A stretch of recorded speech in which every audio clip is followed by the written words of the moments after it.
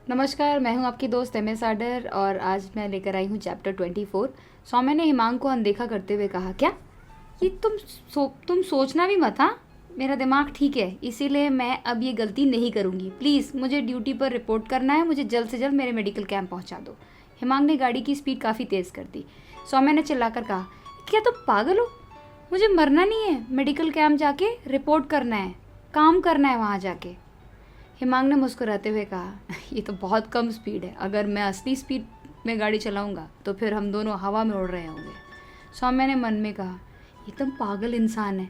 काफ़ी तेज़ी में गाड़ी चलाकर हिमांग ने सौम्या को जल्दी से मेडिकल कैंप पहुंचा दिया।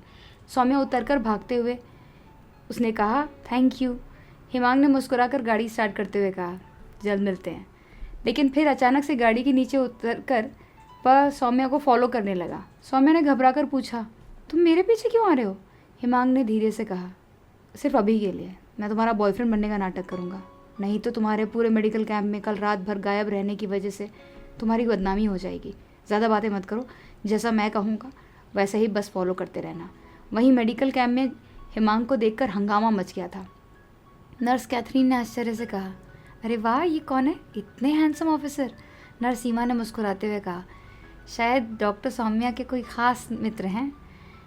डॉक्टर आयुष ने हंसते हुए कहा, खास दोस्त या फिर कुछ और? कैथरीन ने शर्माते हुए कहा, अरे डॉक्टर साहब, आप ये क्या कह रहे हैं? सीमा ने कल्पना करते हुए कहा, शायद ये दोनों एक दूसरे को पसंद करते होंगे, है ना?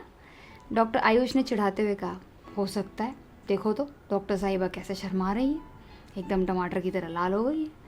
डॉक्टर सौम्या ने शर्म से लाल होकर कहा, आप लोग क्या बकवास कर रहे हैं? ये मेरी मदद के लिए आए हैं। मेजर हिमांग को बेसिक मेडिकल स्किल की ट्रेनिंग थी, इसीलिए फ़िलहाल के लिए उसने एक आर्मी मेडिकल ऑफिसर बनने का नाटक किया। हिमांग ने मुस्कुराते हुए कहा, डॉक्टर साहिबा, आपकी सेवा में हमेशा तैयार रहूँगा। डॉक्टर आयुष ने मजाक करते हुए कहा, मेजर साहब, आप तो हमारी नौकरी छीन लेंगे।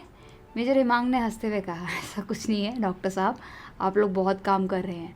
कैथरीन अपने सपने में खोई हुई थी।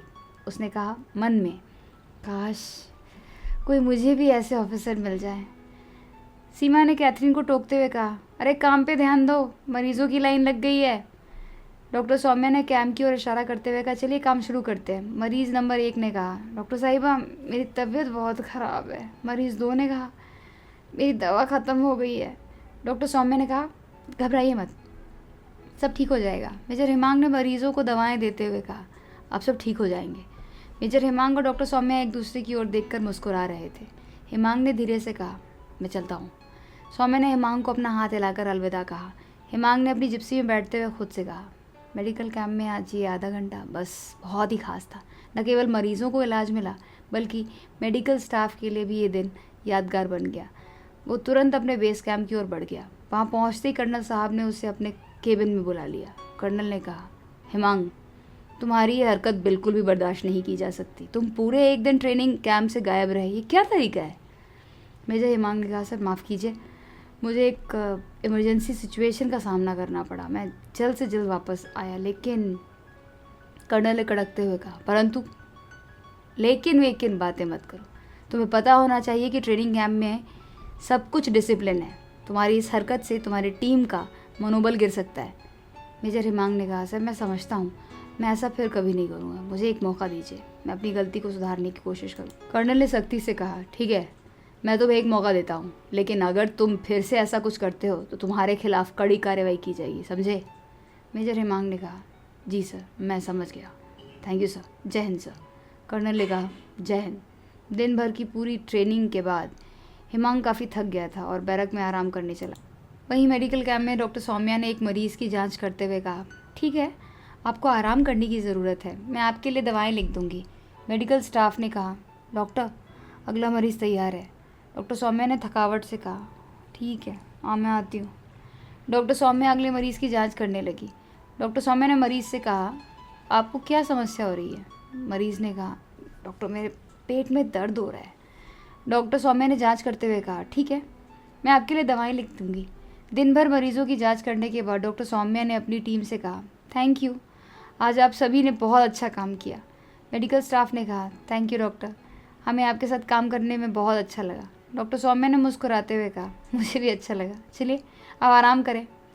सौम्य भी मेडिकल कैंप में मरीजों का इलाज करके काफ़ी थक चुकी थी।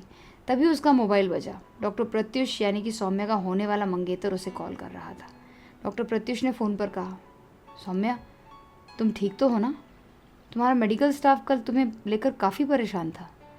डॉक्टर सौम्या ने शांति से कहा, हाँ मैं ठीक हूँ, मुझे कुछ ज़रूरी काम था इसीलिए मैं एक दिन के लिए शहर से बाहर गई थी। डॉक्टर प्रत्युष ने परेशान होकर कहा, एक दिन के लिए?